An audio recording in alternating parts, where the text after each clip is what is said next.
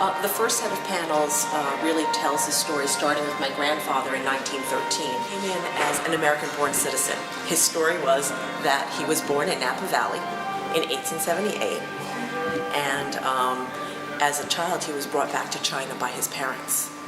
And one of the interesting things that I found about this story was that most people would say, well, I was born in San Francisco. It seemed very specific to say Napa.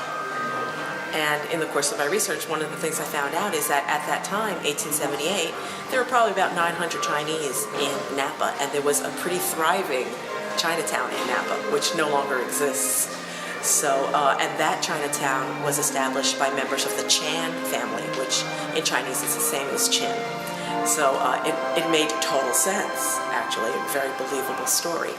And then it goes through the story of how he left my grandmother in China and established himself in New York City.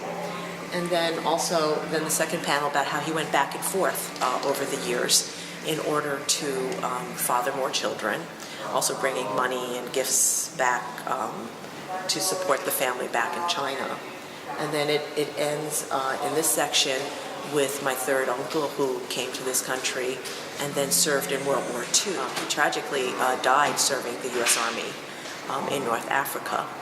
And that one of the amazing artifacts that we have from my uncle is I found in my family archives the contents of his wallet, which was sent back to my grandfather after he had died.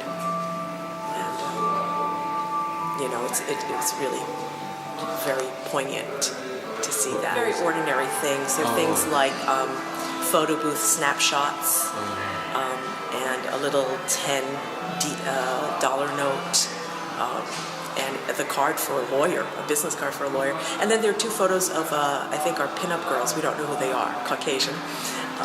So maybe during the course of the exhibit, people will see it and they'll say, they'll be able to tell me who that is. One of the generations, families were separating. So I think about my grandfather, he really didn't see his children grow up. In the case of my father, he left China after my father was born. My father was an infant. The next time he goes back to China, my father is 7 years old. And then after that, the next time my grandfather sees his son is when my father's 24 years old. And that was just a way of life, and it carried on for generations, even into my immediate family. So my father comes in 1951 and leaves my mother in Hong Kong with his two infant children. And they were separated then for 9 years before he was able to bring my mother and my two elder siblings to the United States. One of the beautiful things that are in this panel that I always like to point out is this photograph of my mother and father. So even though they were separated, he took two individual photographs and pasted them together. And he wrote a poem in the back, a Tang Dynasty poem. He wrote a few lines of it about being together. And I thought that was just very romantic. So they have here the image of the two separate photographs cut and pasted together, and then the image that he took of it so it looked like they were together. It's just so romantic. Old-time Photoshop. Yeah. That's great. That's how they did it in the old days. The other interesting thing I found about this part of the story is that it's 1951. Ellis Island is not even an immigration station anymore. Yet when my father comes by airplane, lands in LaGuardia Airport, and he gets immediately put on a bus to Ellis Island, where he's detained for 3 months before being released. So this is what year? This is 1951 to 52. So exclusion is still in existence in America at that time. Yeah, at that time. Even though the Exclusion Act is officially repealed in 1943, the effects of it are still ongoing. Mm-hmm. Korean War was going on at the same time. Also, it was just after And the Cold War, 1949 Cold War. Revolution, and there's a yeah. Cold War going on. And Chinese were still suspect, but for other reasons. And then the other part of it, the mechanics of exclusion were still going on. So in the case of my father, to investigate him. It took 3 months because they requisitioned the files about my grandfather when my grandfather came in through the Port of Seattle. They also took the files from Boston.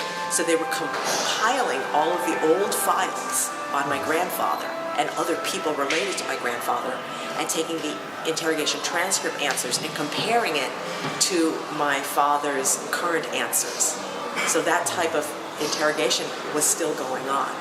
And it took them 3 months to compile all of these together, examine them, then interrogate both my father, my grandfather, and my uncle. And they would ask questions of my grandfather like, well, 20 years ago, when you came in, you said that there were 3 doors in your house, and now you're saying there's 2. You know, comparing his answers to what he said 20 or 30 years ago, or to what someone from the same home village said 20 or 30 years ago. It's really mind-boggling. Well, are they reading from records 20 or 30 years ago, these interrogators? Yeah, a lot of people don't realize, and the things that any Chinese exclusion files in the National Archives, and also at the United States Citizenship Service, so, or what we used to call INS, the Department of Homeland Security, they still have these old files. Some of the records, if they're at the National Archives, if they're of a certain age, are public record. Others, if there's been action on them within, let's say, the past 70 years, I think, may still be considered active files. The ones that are in the National Archives look to be, well, I'll speak specifically about New York City. In New York City, the National Archives has almost 15,000 Chinese exclusion case files. And for the most part, they're not redacted, but when you request it, someone on staff will read it, and if there is any sensitive information, they will redact it.